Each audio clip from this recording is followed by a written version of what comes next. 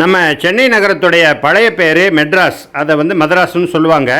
இது 1639 ஆங்கிலேயர்களால் அஃபிஷியலாக அறிவிக்கப்பட்ட பேர் இது.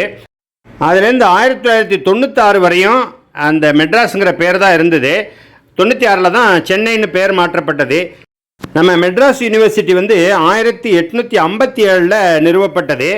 அந்த பேர் மட்டும்தான் மெட்ராஸ் யூனிவர்சிட்டின்னு இருக்குது. மற்றதெல்லாம் பெரும்பாலும் சென்னைன்னு மாற்றிட்டாங்க.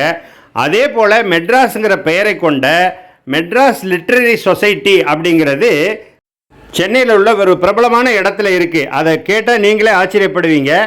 சென்னை நுங்கம்பாக்கம் காலேஜ் ரோட்டில் இருக்கக்கூடிய அந்த டிபிஐ வளாகத்துக்குள்ளே தான் இந்த மெட்ராஸ் லிட்ரரி சொசைட்டி இருக்குது.